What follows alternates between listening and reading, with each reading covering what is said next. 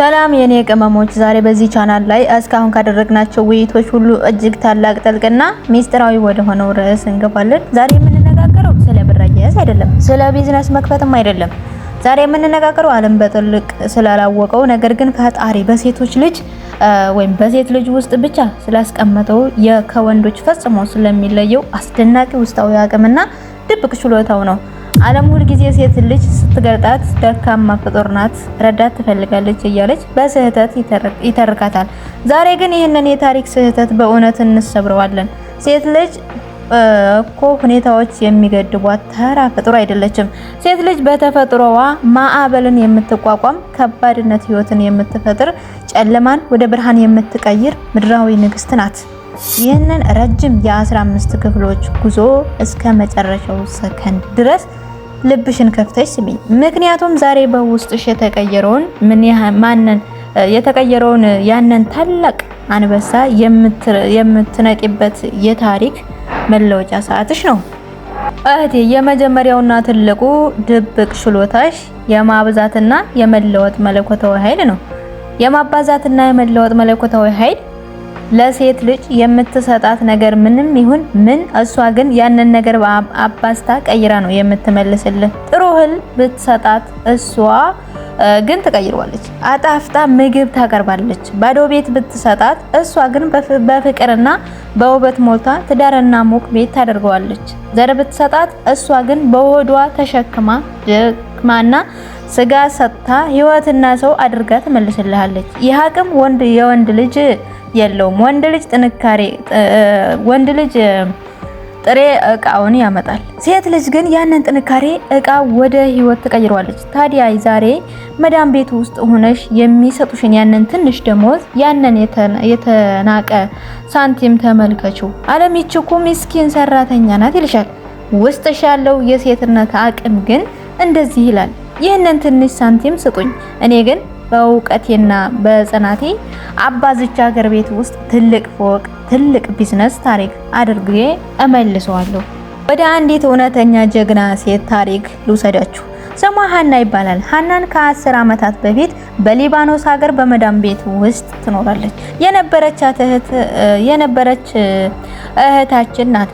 የሀና ህይወት እጅግ የከበደ ነበር። በቀን 20 ሰዓት ታስተራለች። ስልክ ታታገኝም። ደሞዟን በሰዓቱ አይሰጧትም ነበር። ማንኛውም ወንድ በዚያ ቦታ ቢሆን ኑሮ እብድ ሆኖ ራሱን ያጠፋ ነበር። ነገር ግን ሀናን ውስጥ የሴት ልጅ ድብቅ የመቋቋም አቅም ነበራት። ሀና ማታ ቆሻሻ ልታወርድ ስትወጣ በዚያ በ2 ደቂቃ ውስጥ ቀና ብላ ሰማይን ታይ ነበር።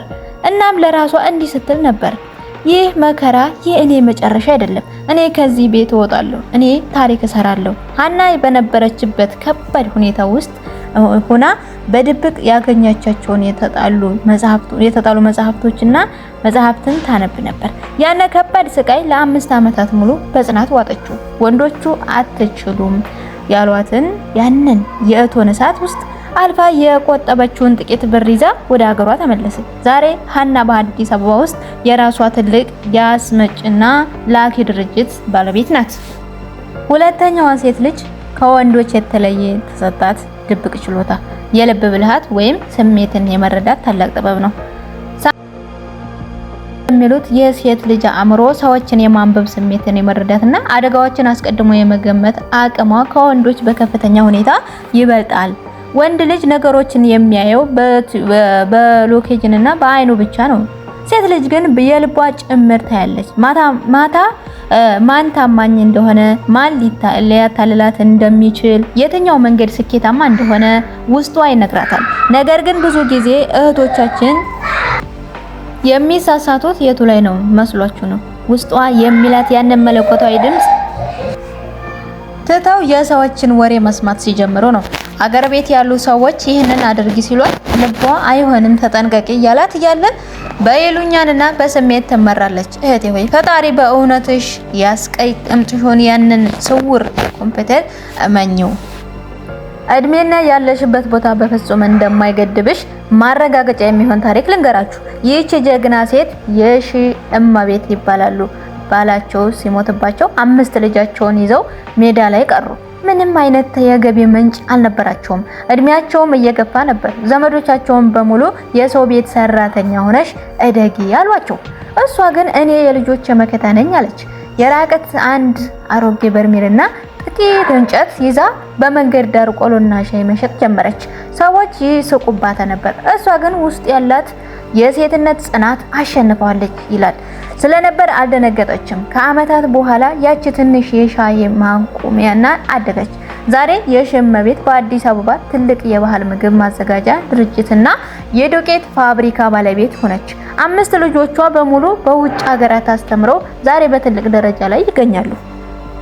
ሶስተኛውና ዓለም ያላስተዋወቀት የሴት ልጅ አቅም የስሜት ጽናትና ቁስልን የመክፈቻ ችሎታ ነው። የስሜት ጽናትና ቁስልን የመፈወስ ችሎታ ነው። ወንድ ልጅ በትልቅ ውድቀትና ክህደት ውስጥ ሲያልፍ ቶሎ ይሰበራል፣ ወደ ሱሰኝነት ወይም ተስፋ መቁረጥ ወይም ይገባል። ሴት ልጅ ግን ተወግታና ደምታ ልቧን በሺ ቦታ ተሰባብሮ በዚያው በተሰበረ ልቧ ችሎታ የምትንከባከብበት ለልጆቿ የምትሮጥ ተነስታ ፈገግ የምትል ድንቅ ፍጥር ናት። ዛሬ በትዳር የተከዳሽ በፍቅረኛሽ የተዋሸሽ ወይም በቤተሰብሽ የተከዳሽ እህቴ ሆይ ውስጥሽን ተመልከቹ። ያ ህመም አንቺን ሊገርልሽ አይችልም። ፈጣሪ በውስጥሽ የሰጠሽ ቁስል የመጠቅለልና ዳግም የማንበብ አቅም ከማንኛውም ወንድ የላቀ ነው። ይህች ደግሞ ሌላኛዋ የዘመናችን ንግስት ናት። ፋጡማ ትባላለች። ፋጡማ ዱባይ በነበረች ጊዜ ያጠናከረችው ወይም ያስቀመጠችው 800 ሺህ ብር አገር ቤት ላለው ወንድሟ ትልክለት ነበር። ወንድሟ ግን ብሩን በሙሉ አላስፈላጊ ቦታ አባከነው። ፋጡማ ስትመለስ አካውንቷ ሙሉ በሙሉ ባዶ ነበር። ፋጡማ አልጮኸችም፣ ወንድሟም አልነገረመውም። እሱ ካጠፋው እኔ መልሼ እሰራዋለሁ አለች። በዱባይ የተማረችው የቅመማ ቅመም አዘገጃጀትና ማሽን ጥበብ የተጠቀመች በቤቷ መስራት ጀመረች። ዛሬ ፋጡማ የራሷ የንጽህናና የቅመማ ቅመም ማርቻ አላት። ያ ያጠፋትን ብር በአንድ አመት ውስጥ በ10 እጥፍ አሳደገችው። አራተኛው የሴት ልጅ ድብቅ ችሎታ የማህበራዊ ትስስርና ሰዎችን የማስተሳሰር ኃይል ነው። ሴት ልጅ በተፈጥሮዋ ሰላምን ፈጣሪ፣ ሰዎችን አቀራራቢ ናት። በንግድ ዓለም ውስጥ ትልቁ ሀብት የሰው ግንኙነት ነው። ሴት ልጅ ደንበኞቿን በፈገግታ በጥሩ መስተጋብርና በጥልቅ ርህራሄ የመያዝ ችሎታ አላት። ወንዶቹ በኃይልና በስልጣን ሊያደርጉት የማይችሉትን ትልቅ የንግድ ስምምነት ሴቶች በለስላሳ አንደበታቸውና በብልሃትነታቸው ይፈጽሙታል። ይህ የማህበራዊ ትብብር በስራሽ ላይ ካልዋቸው የአንቺ ድርጅት ሁልጊዜም በደንበኛ የተሞላ የመሆኑ ሚስጥር እሱ ነው። እስኪ ደግሞ የሊዲያን ታሪክ ስሙ። ሊዲያ ኩዌት ውስጥ በአንድ ትልቅ ሬስቶራንት ውስጥ እቃ አጣቢ ነበረች። ስራዋ እጅግ በጣም የበዛባትና የሚሰድቧትም ቢሆን እሷ ግን አይኖቿ ጆሮዎቿ ከፍታ ነበር የምትሰራው። ሾዎቹ ምግብ ሲሰሩ፣ አስተናጋጆቹ ደንበኞቹ ሲያስተናግዱ፣ ማናጀሩ ውጭና ገበያ ሲያሰላል፣ ሁሉንም በድብቅ ታጠና ነበር። አገር ቤት ስትመለስ የነበረችበት በር ትንሽ ነበር። ነገር ግን ያን በድብቅ ያከባቸችውን የሬስቶራንት አሰራር ሚስጥር ተጠቅማ በአዲስ አበባ ዙሪያ ትንሽዬ የፈጣን ምግብ መሸጫ ከፈተች። ዛሬ ሊዲያ በየቀኑ በመቶዎቹ የሚቆጠሩ ሰዎችን የምታስተናግድበት የራሷ ውብ ካፌ አላት። እሷ እቃ ጣቢ ያደረጋት ሁኔታዎቹ ነበሩ። ንግስት ያደረጋት ግን የውስጧ ድብቅ ችሎታ ነው። አምስተኛው ድብቅ አቅም በአንድ ጊዜ ብዙ ነገሮችን የማስተናገድ ችሎታ ነው። ይህ በተፈጥሮ የተሰጠሽ የአእምሮሽ ስጦታ ነው። ወንድ ልጅ በአንድ ጊዜ በአንድ ነገር ላይ ብቻ ነው ማተኮር የሚችለው። አንቺ ግን መዳም ቤት ውስጥ ምግብ እያበሰለሽ ህፃናት እያለቀሱ ማሽኑ እየሰራ አንቺ ግን ሁሉንም በሰላም የምታስተናግጁ ለዚህ እኮ ነው። ይህንን ታላቅ የውስጥ ዲሲፕሊን የጊዜ አያያዝ አቅምሽን ወደ ቢዝነስ ወደ ራስሽ የህይወት ስታመጩ በአጭር ጊዜ ውስጥ ትልቅ ስኬት ላይ እንድትደርሽ ያደርግሻል። ሁኔታዎቹ አንቺን ሊያስሩሽ አይችሉም። በወንዶች ዘርፉ ውስጥ ገብታ ታሪክ የሰራችው የዘመናችን ታሪክ ልንገራችሁ።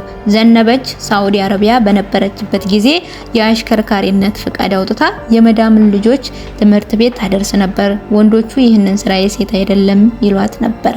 ዘነበች ግን አልሰማቻቸውም። አገር ቤት ስትመለስ ቆጠበችው ብር መጀመሪያ አንዲት አነስተኛ ሚኒባስ ገዝታለች። ራሷ መንዳት ጀመረች። ዛሬ ዘነበች ከ5 በላይ ሰፋፊ የህዝብ ማመላለሻ አውቶቡሶች ያሏት የትራንስፖርት ድርጅት ባለቤት ናት። ወንዶቹ የሚሉሽን ወሬ ትተሽ በውስጥሽ ባሉት ችሎታን ላይ ትሰሚያለሽ። ዓለም አንቺን ማክበር ይጀምራል። ስድስተኛው የሴት ልጅ ድብቅ አቅም የኢኮኖሚያና የፋይናንስ ብልሃት ነው። ሴት ልጅ በትንሽ ሳንቲም ተአምር የመስራት አቅም አላት። በቤት ውስጥ ውጪዎች ቆጠባ ከምንም በላይ አትርፋ አስቸጋሪ የወራት ኑሮን የማሳለፍ ፍጥነት የሴት ልጅ ተፈጥሮ ስጦታ ነው። ይህንን የፋይናንስ ብልሃት አገር ቤት ስትገቢ በትልልቅ ኢንቨስትመንቶች ላይ ልትጠቀሚበት ይገባል። ወንዶቹ ብር ሲያገኙ በፍጥነት ማካበት ሲጀምሩ፣ ብልህ ሴት ግን ያንን ብር የት አኖር ይሄን ነገ ትልቅ ሀብት እንደምታደርገው በረጅም ጊዜ እቅድ ታስባለች። አልማዝ የተባለች እህታችን ከባህሬን ስትመለስ ያላት 500 ሺህ ብር ይዛ ወደ ገጠር አካባቢ በመሄድ አነስተኛ መሬት ተከራይታ በዶሮ እርባታ፣ ወተት፣ ላም ስራ ላይ ትሰራለች። ስራዎች አንቺን ከስደት የመጣሽበት የከተማ ሴት እንዴት የገጠር ስራ ይሆንልሻል አሏት። አልማዝ ግን በውስጧ ያለውን የስራ ዲሲፕሊን አምና ሌት ተቀን ሰራች። ዛሬ አልማዝ ለአዲስ አበባ ትላልቅ ሆስፒታሎች ወተትና እንቁላል በብዛት የምታቀርብበት ትልቅ የግብር ኢንዱስትሪ ባለቤት ናት። ሁኔታዎቹ አልገደቧትም። ምክንያቱም እሷ የምድሪቱ በረከት በሴትነት እጆቿ የመቆጠብ አቅም ነበራት። የግጥሙ ርዕስ ማስተዋል ምንድነው? ማስተዋል ምንድነው ብዬ ብጠይቀው ልቤን ሰላሙን ጥበቡን ላወቀው ቃላት መመዘን ሳይናገሩ በፊት ሳያደርጉት ድፍት በምላስ ቁስል ላይ እንዳይፈስበት ጨው እንዳይበረታ እሳት ትዕግስትን ሰንቆ ሰውን መርዳት ነው። ክፋትን በበጎነት ፈውስን መስጠት ነው። ማዕበል ሲመጣ ቆም ብሎ አለመዋገት የማያልፍ መስሎን የጊዜው ውርጭና የፈተናው ወሳት ነገር ግን ያየናል ከድካሙ ጀርባ ብርሃን እንዳለ ከሐዘን በኋላ ፈገግታ እንደሞላ ያለፈው በሙሉ ለትምህርት እንደዋለ የውስጥን ጥንካሬ በትዕግስት አብስሎ አውጥቶ እንዳላየ አውጥቶ እንዳሳየ ባዶ ወሬ ትቶ በስራ መናገር ትናንትን አክብሮ ለነገ መገንባት አዲስ ታሪክ ህይወት በውስጥ የሚጮህ የጥበብ ድምጽ መስማት ከውጩ ጫጫታ ራስን ማራቅ ማዳን የሰውንም ወሬ ትቶ በራስ መተማመን ማስተዋል ይሄ ነው የልብን መቅደስ በሰላም መሙላት። ማስተዋል ይሄ ነው የልብን መቅደስ በሰላም መሙላት። የመጣውን ሁሉ በሆደ ሰፊነት እያለፉ መሄድ በታላቅ ብስልነት የሰሙትን ሁሉ ወዲያ ዋለማመን ነገርን አብስጦ እውነቱን መዘገብ ለሚመጣው ማዕበል ራስን ማዘጋጀት ካለፈው ስህተት ትልቅ ጥበብ መቅሰም ካለፈው ስህተት ትልቅ ጥበብ መቅሰም የመጣውን ሁሉ በሆደ ሰፊነት አምቆ መሄድ ሁሉ የኛ ኃላፊነት።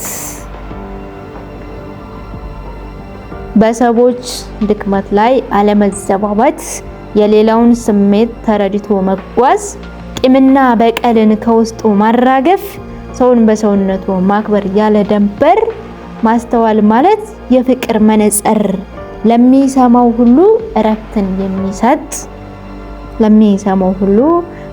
የሚሰጥ ሰው መሆን በራሱ ክብር ቢሆንም ያለ ማስተዋል ግን ሙሉ አይሆንም። እሱ ነው መሪያችን መንገዱ የሚያበራ በውስጣችን ያለው ታላቁ ተራራ የህይወታችን ምስጢር በጥልቅ የሚፈታ ለሚጓዘው ሁሉ የሚሰጥ ረፍታ። ማስተዋል ምንድነው? እንግዲህ እስከዚህ ድረስ የመጣች ጀግና እህቴ ሆይ ሁኔታዎቹ የማይገድቧት ንግስት ለመሆን እነዚህን 3 የማንነት ወርቃማ መጀመሪያዎችን በልብሽ መግዛት መዝገብ። የማንነትሽን ዋጋ አውቂ።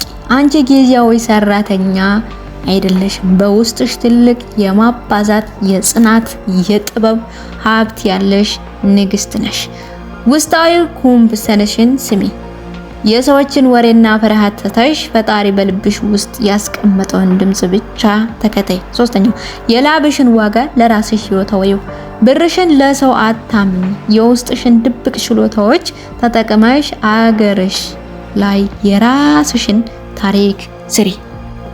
የኔ ቅመሞች ይህንን ረጅም ክፍሎች ጉዞ ሙሉ ስታዳምጡ ስለነበራችሁ ጀግኖች እህቶች በሙሉ ታላቅ ክብር ይገባችኋል።